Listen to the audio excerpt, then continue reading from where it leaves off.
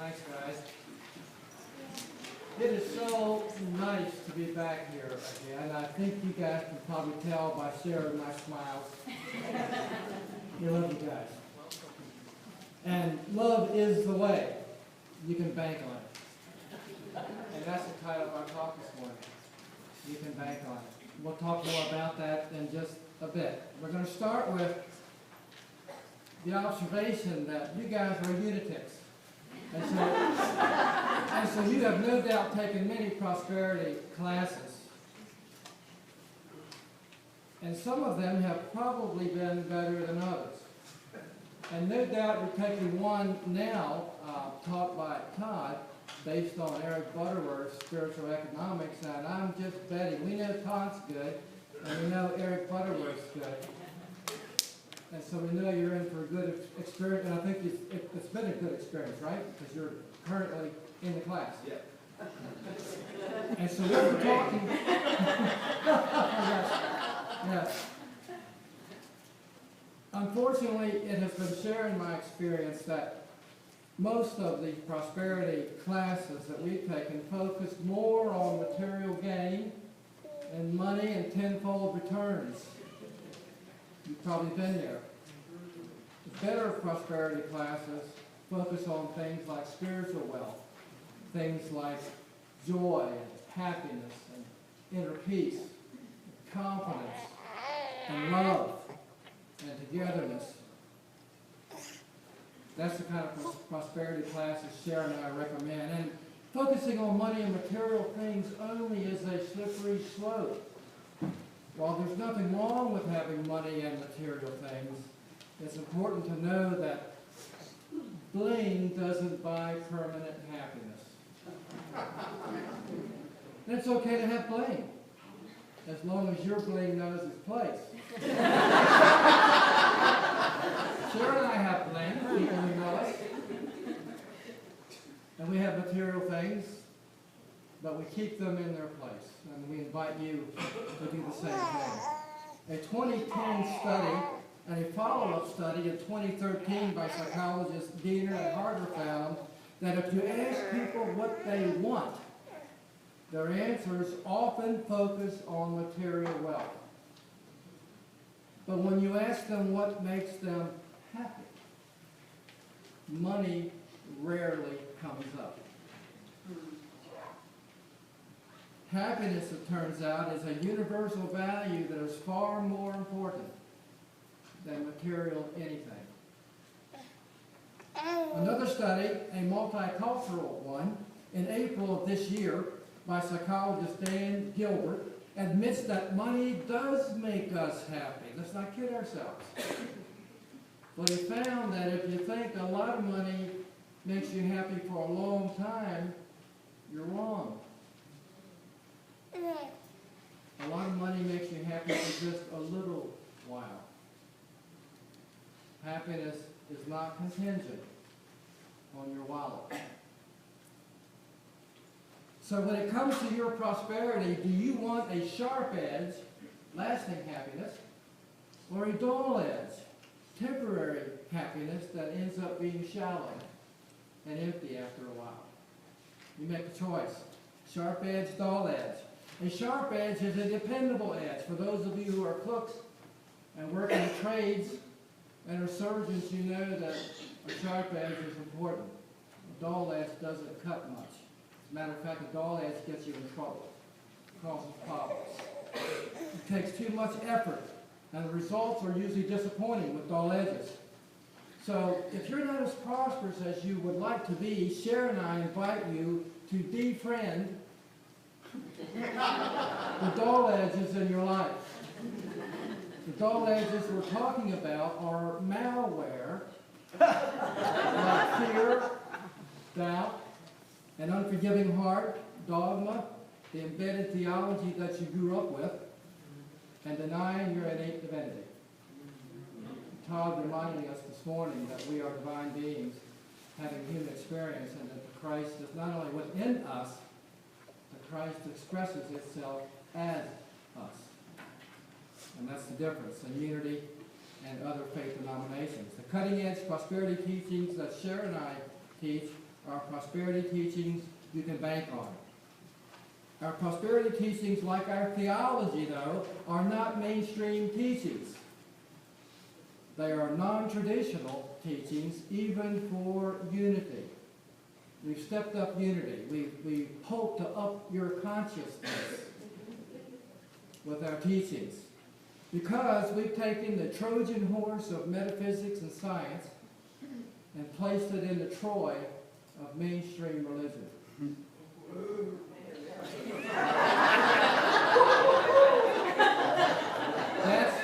That's where unity is, and that's the contribution we can make to the world.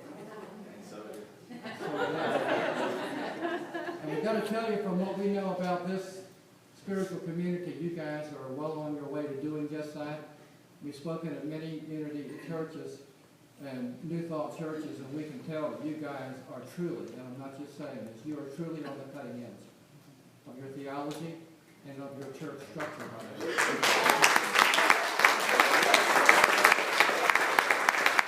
And you know why Cher and I are here, and that's what excites us about being a candidate for hopefully being here and spending more time with you. Our prosperity teachings are prosperity laws, L-A-W-S, because we are not fan of prosperity laws, L-U-L-L-S. There doesn't need to be a hiatus in your prosperity. You can have your prosperity each consecutive moment of now. It doesn't have to go away. Because you see, prosperity is not about material things. It's about consciousness.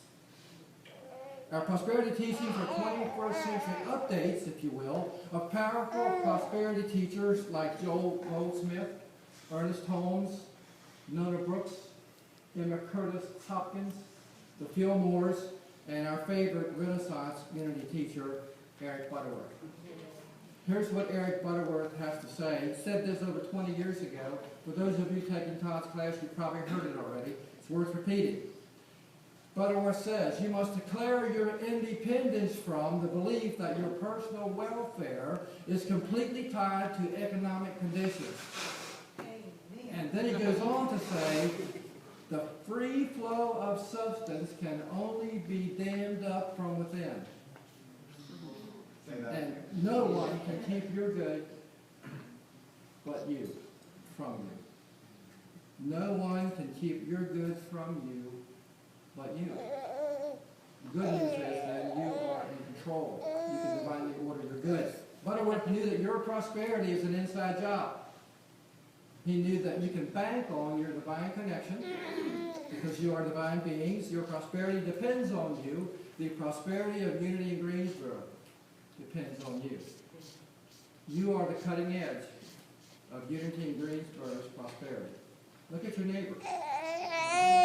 That person sitting beside you, in back of you, in front of you. And that little one that just made the comment. That was an amen, I think. So here's what Cher and I have learned about prosperity. You can control the flow or block the flow. It's your choice. You can enjoy it or dam it up, as Eric Butterworth said. See if this sounds familiar. You can affirm all you want, storyboard all you want, dreamscape all you want, pray and meditate 24/7, and even act as if the objects of your desires are already here. But if you do these three things, it'll never come. If you put your human ego ahead of your Christ nature, if you have an unforgiving heart, and if you do not have a giving consciousness, you're going to block the flow. It's as simple as that. Take care of those three things, and you will have perennial, artesian-like prosperity. When that happens, you create laws, L-U-L-L-S, in your prosperity. And you'll have to wait longer than you think you want to wait for your good. Here's Cher my definition of prosperity, different than most. Prosperity is simply living at the speed of your Christ consciousness. You get that right, everything else will be right. And by Christ consciousness, we mean your Buddha consciousness, your Krishna consciousness, your Great Spirit consciousness, the divine you. That means that practicing the presence every day is what counts. It means checking your ego and surrendering to your Christ nature. It means you manifest what you manifest by right of consciousness. Many people think our good comes to us from out there. From a worldly perspective, everything does seem to come from out there. We've been taught that. And the mindset of most people is that it comes from out there because they've been taught that there is a God, a white-bearded, white-robed God in the sky who controls everything. He micromanages the universe, including us. There is no such deity, never has been. They've been taught that they must petition an absent deity for what they want. They've been programmed to believe that they've got to be good or they won't get these goodies from that being in the sky. That's a pixelated view of God, isn't it? Blurs the edges. It's not true. We, you, your children, your grandchildren, are spiritual beings who have chosen a human experience. And because you are spiritual beings, you have a divine connection. And because you have a divine connection, your good comes through you, not to you. If you believe it comes to you, the directionality is wrong. When you realize your good comes through you, you will achieve the prosperity you desire. When you realize your good comes through you, you will hear the still, small voice that says, you are God expressive. No matter who you are, what you are, no matter what your interest, you are God expressive. When you realize your good comes through you, you will weather these and any other economic conditions out there because your good does not depend on those conditions. It depends on you, on whether you block it or allow it to flow. Matthew 13:12. Now, Cher and I never read a traditional interpretation of Scripture. And by the way, they're all interpretations. Some folks use the word translation of Scripture. When you look at translations, many of the words have several meanings. And whatever particular meaning you pick is an interpretation. And so they're all interpretations. Well, unity has an interpretation too. It's called metaphysical, esoteric. So whenever we read a literal interpretation, we also read a metaphysical one too. For example, Matthew 13:12 says, from a literal, for whosoever has, to them it shall be given, and they shall have more abundance. But whosoever has not, you've got to be good. From them shall be taken away even that which they have. Sounds a bit harsh, doesn't it? Sounds like the rich get richer and the poor get poorer. It's fear-based, isn't it? And yet in a way, it's exactly right. It's exactly what it means. But not in the way the literal has us think it means. For example, metaphysically, here's Matthew 13:20. Whosoever have, the rich in what? Those who fill their consciousness with truth principles. When you do that, you're rich. When you are aligned with the Christ presence within you, you're rich. That's whosoever has. Whosoever has not, the poor, means that those folks are clueless as to their innate divinity and what powerful beings they are. So Matthew 13:12 means metaphysically that when you fill your consciousness with truth principles, you will manifest whatever you need for your spiritual growth and human happiness, because it's by right of consciousness. And you're operating at a higher octave of consciousness because you're operating from your Christ self. That's what Matthew 13:12 means. Now, there's another thing that Cher and I know. One of the chief reasons people fail to manifest their prosperity is because they believe in the ridiculous notion that opportunities knock only once. How many times have you heard that statement? Opportunities only knock once. Fear-based again, right? It implies good things are rare and hard to get. Nothing could be further from the truth. Your next thought, your next word, your next choice, your next action can bring you the happiness and prosperity you deserve. It's about choice. Sarah and I are here to tell you that opportunities knock once all right, once every nanosecond. Because it's about consciousness. Opportunities don't come from out there, you know that. You create them by your thinking, being, and doing. When you're in sync with your Christ nature, your Buddha nature, your Krishna nature, your Great Spirit nature, your divine nature, opportunities will materialize because they are in what quantum physicists call the unified field, and world master teachers call the ether. And we believe that one day humankind will wake up and realize that the unified field is really universal consciousness. Physicists are already moving in that direction, we're happy to say. And you can take that to the bank. And there's something else you can take to the bank. The second half of this talk.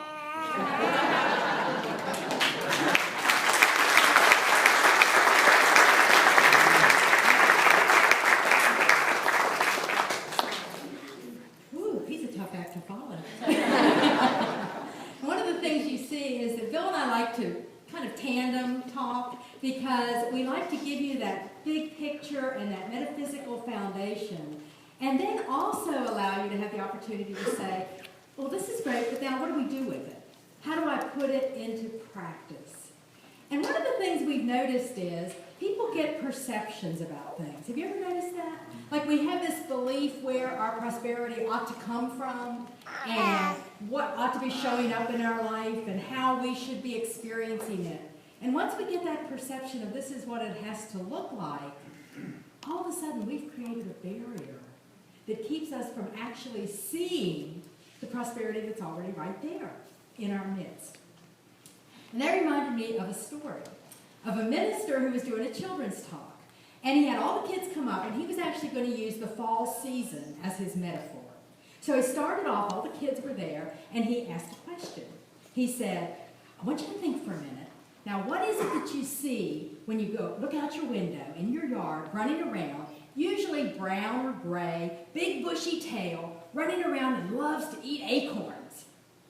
And there was this moment of silence. And then one little boy, nice and loud so the whole congregation could hear, piped up and said, well, Pastor, I know the answer is supposed to be Jesus, but it sounds like a squirrel to me.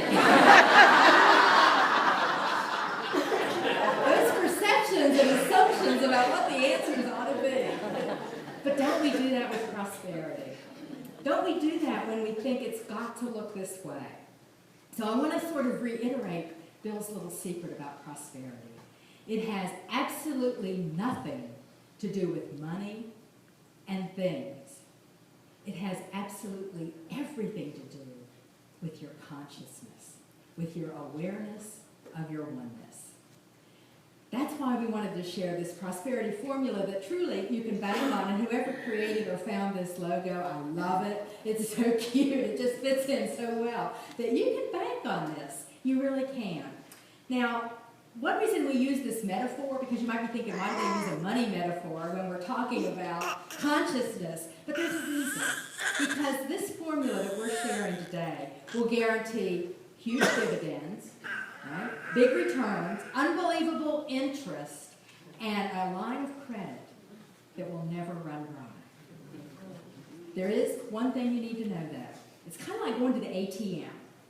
You know, you drive up to the ATM and you see it there and you know that that thing is packed full of money, right? I mean, there is a lot of money in there. But you only get to take out what you have deposited. And so we're going to ask you today to deposit some things for your spiritual ATM that will never run dry. All we ask is that you take up 3 spiritual practices. You're probably already doing these practices, but we want you to amp it up. And every day, make them work. Now, Bill alluded to them when he was here, but I get to delve into them just a little bit so you can see how they'll work in your life. The first one, actually, we're going to use the ATM as a way for you to remember it, because we love to make it easy for you. So when you walk out of here, anytime you see an ATM, I want you to just think, oh, ATM, am I making my deposits? Here are your deposits. The A is act, and we're asking you to act from your Christ consciousness in every situation. Now, I wish I could stand here and say this is so easy. But I would absolutely lose right. I'd lose my credibility, wouldn't I? We'd be out of here. Yeah, it's hard. It's easy when everything's going great. You can easily go from your truth principles when everything's great. But what about when things get tough? What about that world of appearance that shows up? It shows up like difficult relationships, or a health challenge that you're dealing with, or that appearance of lack, or that house that doesn't seem to get the sales fast as you think it should, or maybe even that driver that cuts you off in traffic, or that neighbor whose dog digs up your flowers. You know, I don't care if it's big or little. When those challenges come, that's when we get into this place where we say, this stuff doesn't work. Why am I doing this? I say my affirmations. I go to church every Sunday. We do these prayers. And this isn't working. Why? I give up. This doesn't work. I'm going to stop using it. But that is the very time we most need to pull out our principles. That's when we most need to do it. There's a wonderful lesson that was taught to us by Jesus as the Christ. He said, seek ye first. Seek ye when? First, not after you've been frustrated and after you complain and whine because nothing is happening. First, seek ye first the kingdom of God, and all these things will be added unto you. Metaphysically, what does that mean? It means no matter what the situation, make your first choice going within. Going to that, we call it headquarters, that place of awareness of oneness. Make the connection. And all these things, he's not talking about material stuff. That's irrelevant. All the joy, all the inner peace, all the divine ideas that you need to move through that situation will be right there. Seek ye first. So act from your Christ consciousness in every situation. I want to share this really quick. I hadn't planned to, but I think it's so cool, and I know people are here from last night. We had the opportunity to meet with the board last night, and we were having a discussion, and I was really embarrassed because my phone, I don't even give people my cell phone number, so I never get calls on it, very rarely. Well, the little beep came on that I had a message. I was embarrassed because it was right in the middle while we were talking, but I just said, let me grab that and turn it off. And it was a text from a very good friend of ours who said, I just lost my wallet. I can't find it. I'm in Charlotte. I lost my wallet. Please pray that affirming the wallet shows up. And I just stopped and asked everybody on the board to just take a moment of prayer because a friend of ours just lost her wallet. I got a text last night when we got back to the hotel. She said, it's amazing. She said, I had called the restaurant where we were. They said it wasn't there. The wallet wasn't there. She said, they called back right after I texted you. They found it. Now that is not magic, folks. That is the power of the energy of bringing, the people in that restaurant got that energy that helped them look again for that person's billfold because they knew that woman wanted it. And they took the energy to call her back. Isn't that amazing? Yeah. That's the connection we have when we're all acting from our Christ consciousness, first choice, every situation. Then we have the T. And with the T, we invite you to transform your life with forgiveness. Transform your life with forgiveness. Now, we can talk from now till the end of the year, every single day, 8 hours a day, and not cover forgiveness. Right? There's so much we could talk about. It's huge. Because we do have a time frame here, I'm not going to do that. All I want to say is forgiveness is incredible. It is one of the greatest practices you have. And so we invite you daily to just do a personal heart check and see if you're holding any grudges. Are there any ill will, any hurt that you're hanging on to in your heart? Let it go. Whatever that was, it is not worth what you are giving up by hanging on to it. Because forgiveness is not about them. It's all about you. And when we hang on to the hurt, we block the flow. So every day, transform your life with forgiveness. So we're going to act from a Christ consciousness, transform your life with forgiveness, and finally the M. Magnify your giving consciousness. Now how do we do that? Magnify your giving consciousness by giving freely from your heart of your time, your talents, and your treasure. All three. Giving is not about money. Giving is about the consciousness with which you share. Because when we believe there is plenty, we give, right? When we believe there's no doubt I have enough, I'm going to give what I've got. But if I think there's lack, what do? I'm going to hold it. I'm going to hang on to it. There's a fear thing there that there's not going to be enough. And so we invite you to get in that habit of giving freely.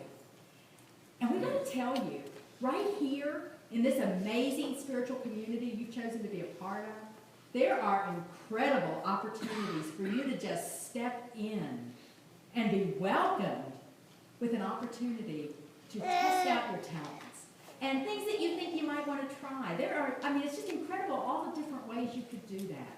So this is the perfect place to start. So every day, just be asking yourself, how am I giving? What could I give? What could I do? It could be a smile I give somebody. It could be the moment of conversation. It could be money. There are millions of ways to give. It's the consciousness with which we do it. So that's our formula, a spiritual formula that you can bank on. And we wanted you to remember it, and we want to make the first deposit for you. All right? So as you leave today, you'll have an opportunity to get a $100 bill. Is that cool? Do not try to use it at the grocery store. This is a spiritual $100 bill. But we invite you to take one and keep it with you. Put it in your wallet, put it in your purse, your briefcase, wherever you keep your money. Just fold this up and have it there with it. First of all, when you just look in, it's cool, because it's like, I'm rich. You just think it for a minute. But on the front, we have the logo for Unity in Greensboro and the website address. That's your reminder you are connected. You are never alone. So if you need to remember you have a spiritual community surrounding and supporting you, this will do it. On the back is the formula, ATM, Act, Transform, and Magnify, and then an affirmation for each one. Real quickly, I'm going to say the affirmation, and then I'm going to invite you to repeat it after me, okay? The first one is act. The affirmation is, I act from my Christ consciousness in every situation. I act from my Christ consciousness in every situation. Transform. I transform my life through forgiveness. I transform my life through forgiveness. And finally, we're going to do this in two parts. For magnify, I magnify my giving consciousness. I magnify my giving consciousness. Freely sharing my time, talents, and treasure. Freely sharing my time, talents, and treasure. Awesome. I want to remind you that you are worthy. You are divine. And you are prosperous. And you have everything you need to master the art of living as you walk the spiritual path on practical feet. Blessings.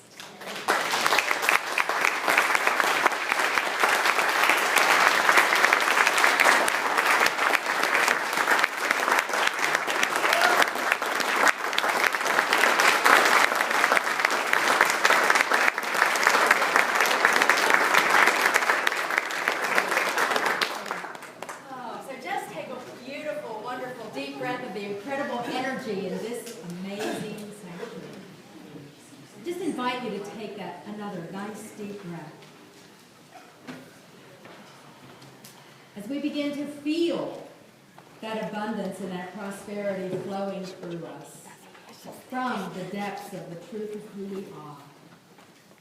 And know that in this moment you are in a safe, beautiful place. And you're surrounded by those who support you and love you and want to see you succeed. Just as you love and support and want to see the others succeed. And allow your energy and your thoughts to gently move from your head to your heart center. And notice the warmth and the light around your heart center in this moment. Just be aware of the softness and the peace as we let go of anything that is not the truth of who we are.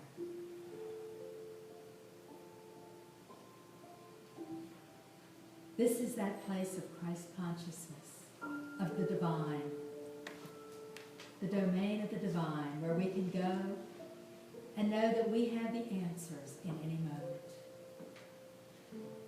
And this is where we let go of anything that is blocking that flow, because we know that nothing is as important. There is no higher priority than our connection with the divine. And as we come from that place, we know that there is always plenty. The flow is abundant. The source is one. The channels are amazingly innumerable. And so we relax in that knowing.